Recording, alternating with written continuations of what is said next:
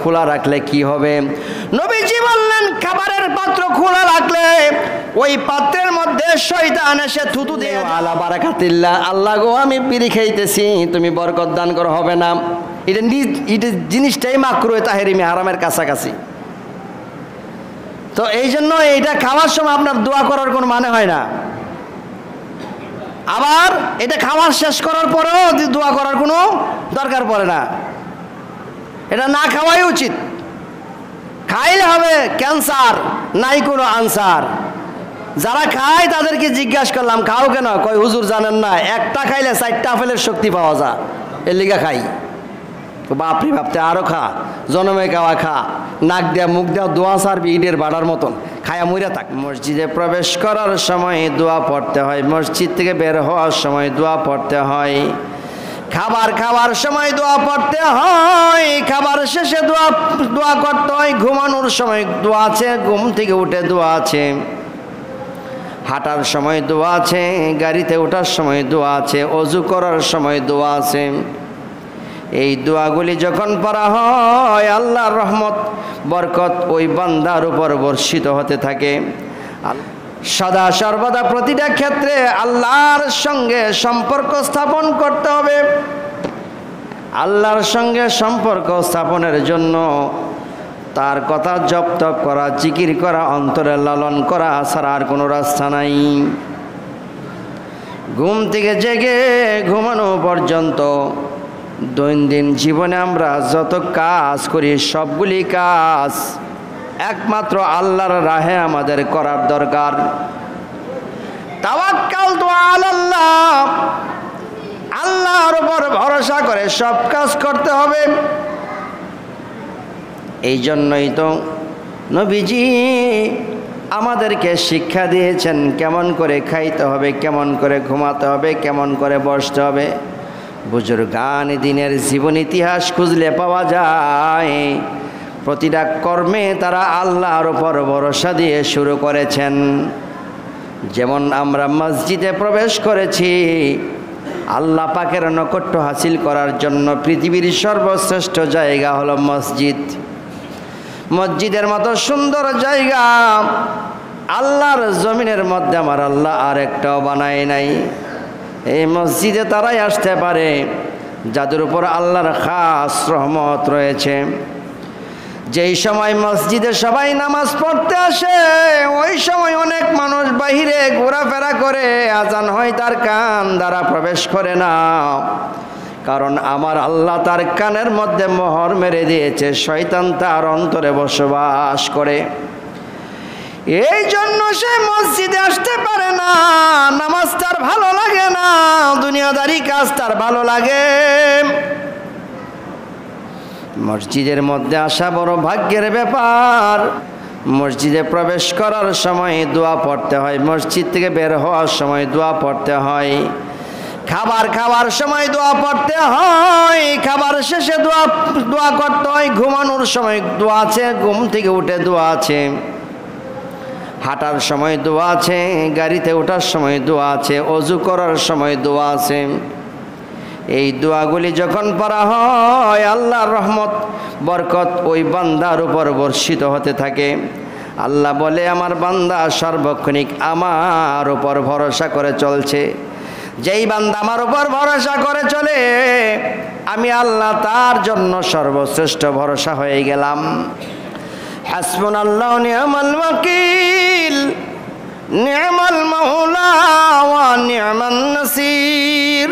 ইমানদার বান্দার কথা হচ্ছে আমার জন্য আল্লাহই যথেষ্ট, আমার জন্য আল্লাহই সর্বশ্রেষ্ঠ। আমি সাহায্য চাই আল্লাহর কাছে, আমি তার কাছে ও তার অধীনস্থ।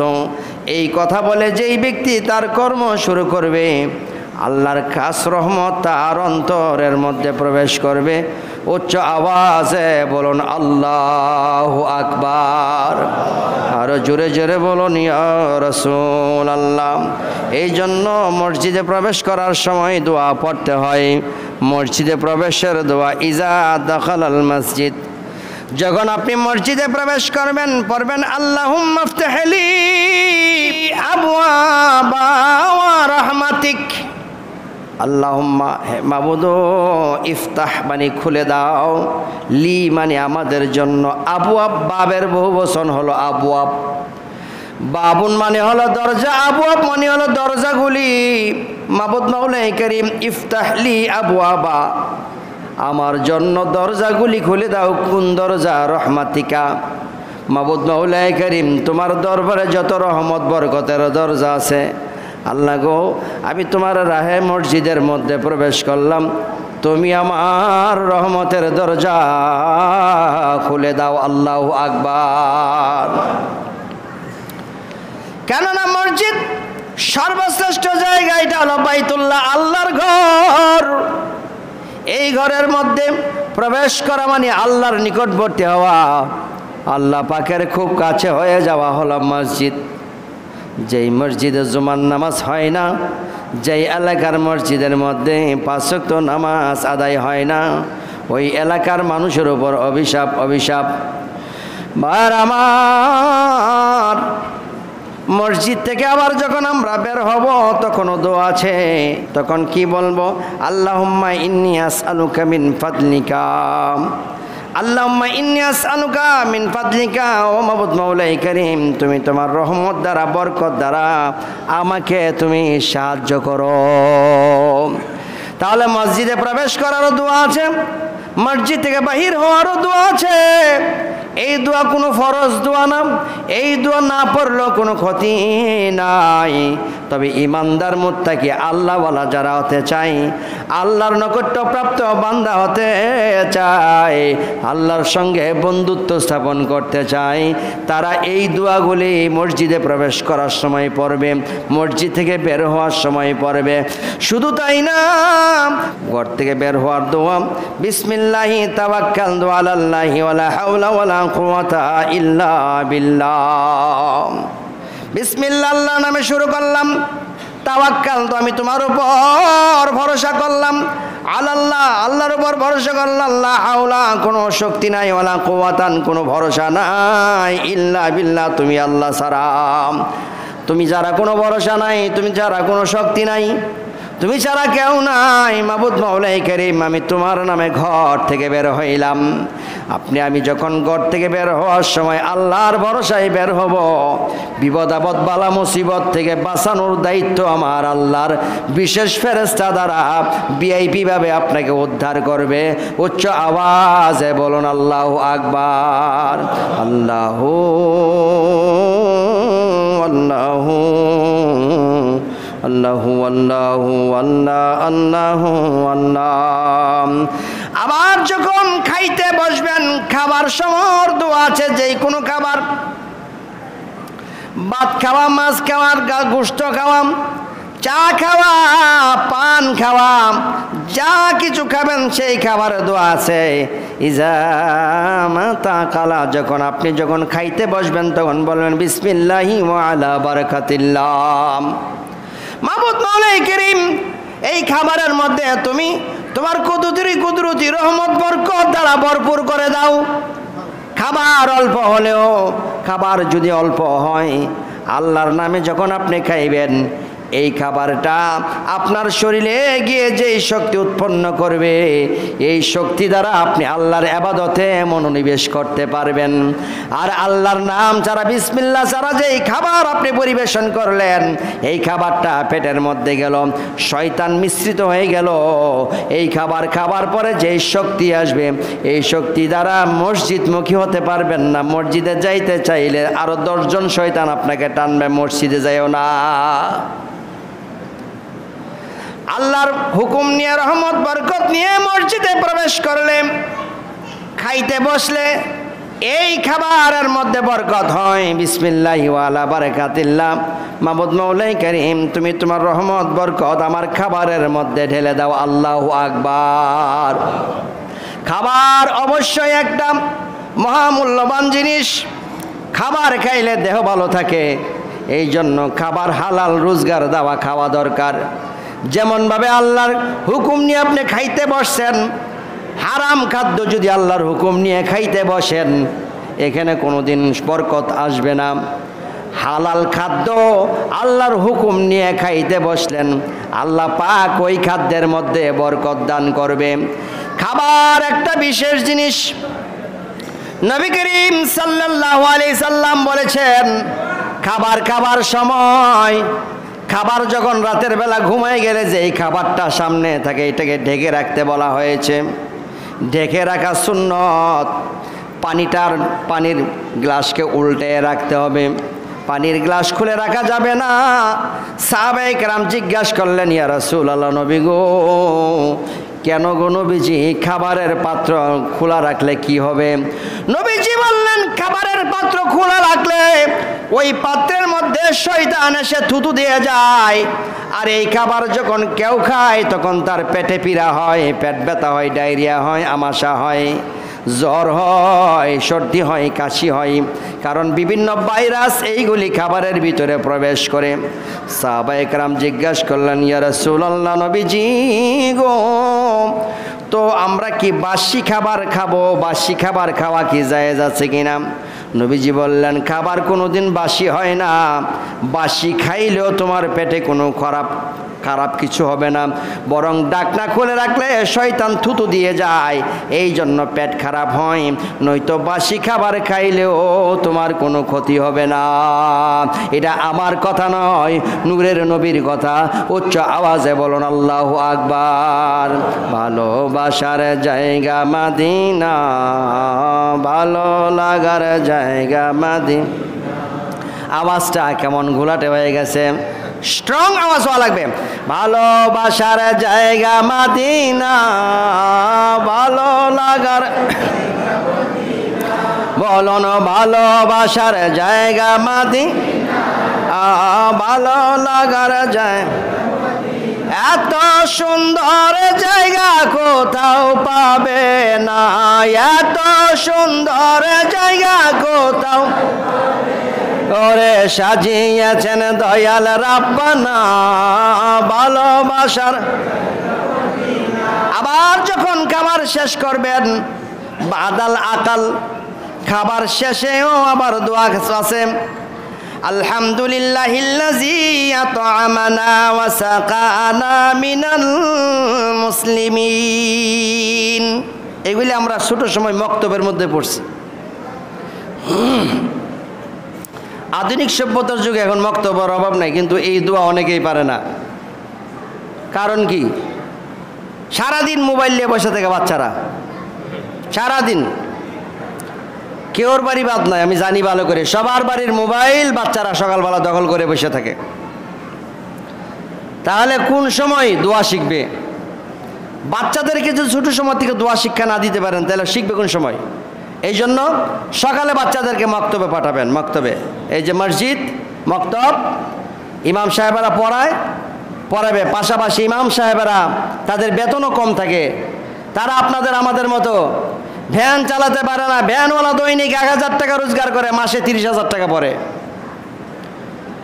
বাজারে একটা মুদির দোকান, সেটা যিনি চালায়, মুদির দোকান দৈনিক 500-1000 টাকা লাভ আছে, মাসে 30,000 টাকা তার বেতন পড়লো। ডাক্তারি যারা করে, ডাক্তার সাহেবের ওষুধের অর্ধেকের ভিতরে লাভ। সব ওষুধ না, কিছু কিছু ওষুধ আছে বেশি দাম, বেক্সিমকো কোম্পানির ওষুধ বেশি দাম, বেশি লাভ নাই, কিন্তু ওষুধের পাওয়ার বেশি, ভালো ইন্টারন্যাশনাল কোম্পানি। বাকি অধিকাংশ কোম্পানি লাভ আছে, 5000 টাকা বেচলে কমপক্ষে 2000 টাকা লাভ আছে। এরপরে ইঞ্জেকশনের 300 টাকা, তারপরে ব্যান্ডেজ করে দিল 200 টাকা, লাভ আছে। রুগী দেখতে গেলে 500 টাকা ভিজিট দেওয়া লাগে, গ্রামের ডাক্তারকে দেওয়া লাগে, টাকার অভাব নাই। কিন্তু ইমাম সাহেবেরা তারা এত পরিমাণ সেই টাকা ইনকাম করতে পারে না, মসজিদেই তারা থাকে, যার কারণে তাদের বেতন 10 জন থেকে আসে। 10 জন যদি ভাববে যে আমরা 10 জন ভালো চললাম, কিন্তু মসজিদের ইমাম মুয়াজ্জিন যারা আছে তারা মসজিদে থাকে। আমাদের মসজিদ আলহামদুলিল্লাহ ভালো আছে, আমি সেই কথা বলছি না। বাংলাদেশের অনেক মসজিদ আছে, যে সমস্ত মসজিদে চাউলের দাম বেড়েছে, কাপড়ের দাম বেড়েছে, জুতার দাম বেড়েছে, সব কিছুর দাম বেড়েছে, এমনকি পানির বোতলের দামও বাড়ছে, কিন্তু ইমামের বেতন বাড়ে নাই। আল্লাহু আকবার, আরেকজন কইছে আল্লাহু আকবার। ইমামের বেতন বাড়ছে, ইমামের বেতন বাড়ছে? বাড়ে নাই, বাড়ে নাই। আমাদের মসজিদে হয়তো বাড়তে পারে। তো এই ইমামরা কি করবে? অধিকাংশ ইমাম সাহেবেরা বিদেশ চলে যাচ্ছে মসজিদ ছেড়ে দিয়ে। কেন? অধিকাংশ ইমাম সাহেবেরা ব্যবসা শুরু করে দিয়েছে মসজিদ ছেড়ে দিয়ে, মাদ্রাসা ছেড়ে দিয়ে। কারণ কি? পেট চলে না, সম্মানে তো আর পেট আসে না, পেট ভরে না, এই কারণে তারা ছেড়ে দিয়ে বিভিন্ন জায়গায় চলে যেতে চাচ্ছে। তাহলে এদেরকে রক্ষা করা আমাদের দায়িত্ব, সারা বাংলাদেশের সমস্ত মুসল্লিদের দায়িত্ব, যে ইমামদের তাদের সঠিকভাবে ভরণ পোষণ করে থাকার ব্যবস্থা করে দেওয়া। এই জন্য একটা ইমামের ন্যায্য বেতন যেটা হওয়া দরকার, দর্জরিত দেওয়া হবে, সেইভাবে দেওয়া উচিত। আমি আমার মসজিদের পক্ষ থেকে সারা বাংলাদেশের সমস্ত মসজিদ কমিটিদেরকে আহ্বান করছি, আপনারা আপনাদের ইমামের বেতনের দিকে খেয়াল করবেন। আপনি বাজারে বসে ফ্লেক্সি লুট করেন, আবার চাও বেচেন, পানও বেচেন, আর কি কি বেচলে আপনার ব্যবসায় লাভ হবে? আরও যত ব্যবসা আছে সব এক্সটেনশন লাগাচ্ছেন। ইমাম তো মসজিদে নামাজ ছাড়া আর কিছু করে না। কিছু কিছু যে দাওয়াত আছে মানুষের বাড়িতে, সেই দাওয়াতও এখন ভাগাভাগি হয়ে চলে গেছে। এখন ইমাম কার বাড়িতে দাওয়াত খাইবে? এই জন্য বন্ধু আবার ইমাম মসজিদের মধ্যে সকালবেলা পড়াবে। ইমামের কাছে আপনার বাচ্চাকে পাঠাবেন পড়ানোর জন্য। আগে যদি 50 টাকা দিতেন, এখন ইচ্ছা করে আর 100 টাকা দিবেন। ইমামেকে পড়াবে, আপনার বাচ্চাকে পড়াবে। এই বাচ্চাকে পড়ানোর কারণে এই যে তিনি সওয়াব অর্জন করছেন, আপনি আপনার বাচ্চাকে পাঠাচ্ছেন, সওয়াব অর্জন করছেন। ইমাম সাহেবকে 100 টাকা 50 আগে দিলেন, 50 হয়তো 100 টাকা দিলেন, সওয়াবটা আর একটু বাড়লো। আবার বাচ্চাকে পাঠাইলেন মক্তবের মধ্যে, এটা তো সওয়াব বাড়লো। তাহলে এটা ইমামের অধিকার। ইমাম মসজিদে সকালবেলা কি পড়াবে? মক্তব পড়াবে, মুয়াজ্জিন মক্তব পড়াবে। তারা এই মক্তব পড়ানোর মাধ্যমে যে টাকাটা পাইবে, এটা তাদের এভারেজের মধ্যে দেখা যাবে তাদের পরিবারের অনেক উপকারে আসবে। কথা বলেন ঠিক কিনা? ভাইরা আমার, যে কথা বলছিলাম, তাহলে আমাদের এই শিক্ষাগুলি আমরা পেয়েছি মক্তবের মধ্যে। মক্তবে শিক্ষা দিয়েছিল খাবার পরে এই দোয়া করতে হবে, আলহামদুলিল্লাহিল্লাযী, সমস্ত প্রশংসা আল্লাহর, কেননা আতা আমানা, তিনি আমাকে খাওয়াইছেন, ওয়াসাকানা, এবং তিনি আমাকে পান করাইছেন, এবং মিনাল মুসলিমিন, এবং মুসলমানদের মধ্যে আমাকে অন্তর্ভুক্ত করেছেন। 1 নাম্বার মুসলমান অন্তর্ভুক্ত করেছেন, এই জন্য সমস্ত প্রশংসা আল্লাহর। 2 নাম্বার, আল্লাহ তিনি আমাকে খাওয়াইছেন। আল্লাহ যদি কারো নসিবের ভিতরে খাবার না রাখে, কোটি টাকার মালিক হলেও আপনি খাইতে পারবেন না। এই জন্য খাবার খাওয়ার পর শুকরিয়া আদায় করতে হবে আল্লাহ পাকের। চিৎকার মেরে বলেন আল্লাহু আকবার।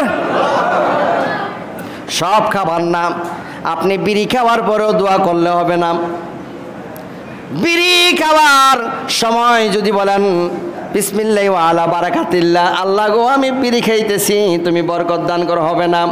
এটা জিনিসটাই মাকরুহ তাহরিমি, হারামের কাছাকাছি। তো এই জন্য এইটা খাওয়ার সময় আপনার দোয়া করার কোনো মানে হয় না। আবার এটা খাওয়ার শেষ করার পরেও দোয়া করার কোনো দরকার পড়ে না। এটা না খাওয়াই উচিত। খাইলে হবে ক্যান্সার, নাই কোনো আনসার।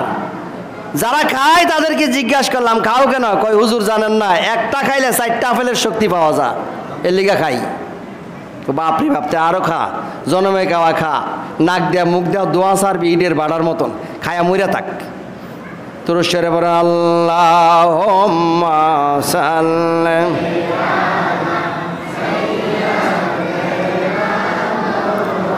মা ওয়াদানা বিয়ানা।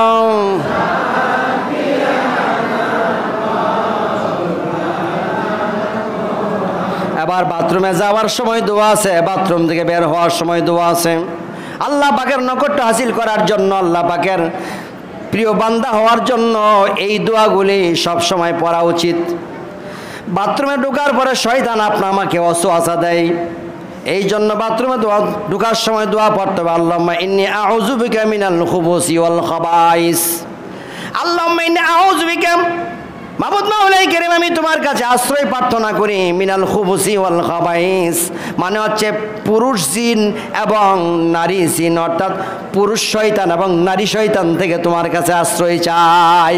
খুবুসি ওয়াল খাবাইস, খবিশের কাছ থেকে আশ্রয় চাই, কারণ খবিশ হচ্ছে ইবলিশের পিতার নাম হলো খবিশ, ইবলিশের মায়ের নাম হলো নীলবিষ, নীলবিষ এবং খবিশের ঘরে জন্ম নিয়েছে হলো শয়তান। শয়তান বাথরুমের ভিতরে বসবাস করে। হাদিসে নবীজি বললেন বাথরুমে শয়তান বসবাস করে। এই জন্য বাথরুমে ঢোকার সময় দোয়া পড়তে হবে, আল্লাহুম্মা ইন্নী আউযু বিকা মিনাল খুবুসি ওয়াল খাবাইস, যাবতীয় শয়তান থেকে আমি তোমার কাছে আশ্রয় চাই। বাথরুমের ভিতরে যখন কেউ ঢুকে তখন মাথায় টুপি অথবা কাপড় পরিধান করে যাওয়ার জন্য হাদিসে বলা হয়েছে।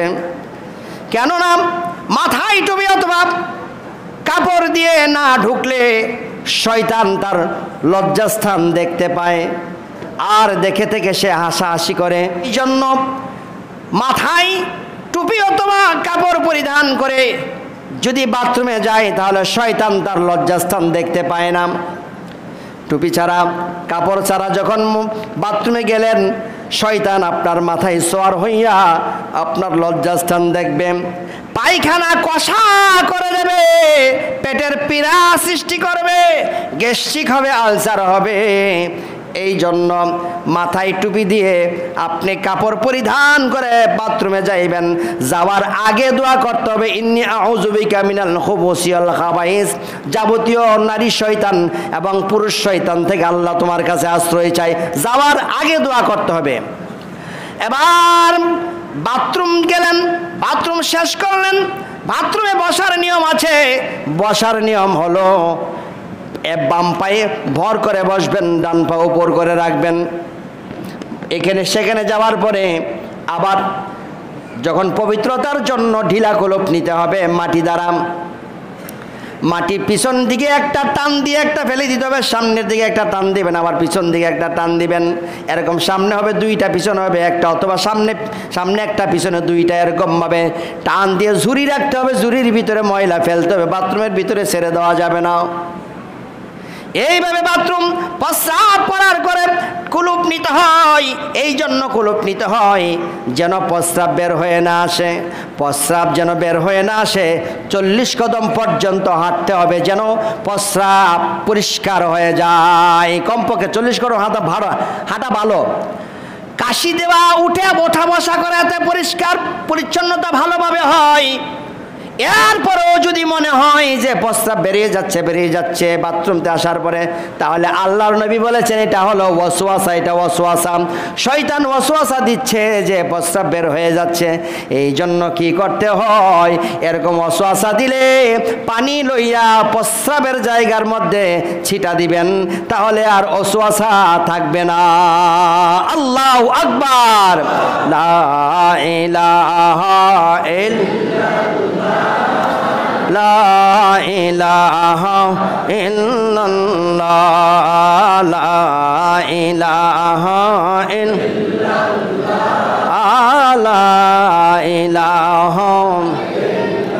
বাথরুম থেকে বের হওয়ার দোয়া আছে, গুফরানাকা আল্লাহুম্মা গুফরানাকা আলহামদুলিল্লাহিল্লাযী আযহাবা আন্নী ওয়া আযহাবা ওয়া আযানি, মানে হচ্ছে মাবুদ তোমার রহমতে আমি বাথরুমের ভিতরে গিয়ে শান্তি পেয়েছি, আমাকে শান্তি করে দিয়েছো, আমাকে সুন্দরভাবে আরাম অনুযায়ী বের হওয়ার সুযোগ দিয়েছো।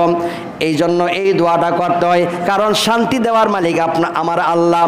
আপনি পেটের কষা হয়েছে, সমস্যা সৃষ্টি হয়েছে, ওষুধ খাইতে পারবেন, খাইতে খাইতে কিডনি ড্যামেজ হয়ে যাবে, কারণ ওষুধ একমাত্র কিডনি ড্যামেজ করার জন্য সবচেয়ে বড় মাধ্যম। এই জন্য আল্লাহর কাছে যখন পানা চাইলেন তখন আল্লাহ বলে আমার বান্দা বাথরুম থেকে বের হয়েও আমার উপর ভরসা রেখেছে, সুতরাং ওই বান্দার পেটের মধ্যে পীড়া দেওয়া ঠিক হবে না। চিৎকার মেরে বলুন আল্লাহু আকবার। তাহলে বাথরুমে ঢুকবার আগে দোয়া, বাথরুম থেকে বের হয়ে যাওয়ার পরে দোয়া, বের হয়ে যাওয়ার পরের যে দোয়া, এই দোয়া বাথরুমে বসে দিতে পারবেন? বসে দিতে পারবেন? কারণ এটা আল্লাহর কাছে দোয়া করতেছেন, আপনি বাথরুমে বসে দোয়া করবেন? এই বাথরুমে বসে খাওয়া যাবে? অনেক মানুষ বিড়ি সিগারেট খায়নি, এটা খাদ্য না? খাদ্য তো, এটার উপকার আছে অপকার আছে। অপকার বেশি আছে কিন্তু কিছু না কিছু উপকার আছে। আপনি কি জানেন গাঁজা পাতা বাইজ্যা চুলকানিতে লাগাই দিলে জন্মের তরে ভালো হয়ে জায়গা, এটা ওষুধ হিসাবে দিছে। আপনি না এটা দোয়া করে খাইতেছেন, এটা খাওয়ার জন্য কেউ দোয়া করে বলছে? এটা ওষুধ, ওষুধ আপনি দোয়া করে খাচ্ছেন, এটা আপনার ব্যাপার। তাহলে বাথরুমে বসে খাওয়া যায় না, ভাত খাইতে পারবেন নি, তাই বিড়ি খান কেমনে? বাথরুমে বসে পান খান, অনেকে পান খায়, পান চাবায়, বকরির মতো চাবাইতে থাকে বাথরুমের ভিতরে বসা। কি আশ্চর্য ব্যাপার! বাথরুমে বসে বিড়ি খাওয়া যায় না, বাথরুমে বসে খাদ্য খাওয়া যায় না, বাথরুমে বসে কাউকে সালাম দিতে পারবেন না, বাথরুমে বসে কারো সালামের জবাব নিতে পারবেন না।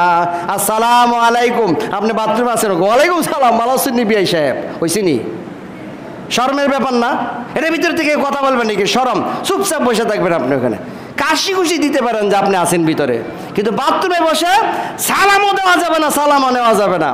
কিন্তু আহলে হাদিস সম্প্রদায়ের যারা আছে তাদের মতে, তাদের হুজুরের ফতোয়া বাথরুমে বসে সালামও দেওয়া যায়, সালাম নেওয়া যায়। এই জন্য আহলে হাদিস আমরা ভালোবাসি না। দুরূদ শরীফ পড়েন, আল্লাহুম্মা সাল্লি আলা সাইয়্যিদিনা মুহাম্মাদিন নাবি।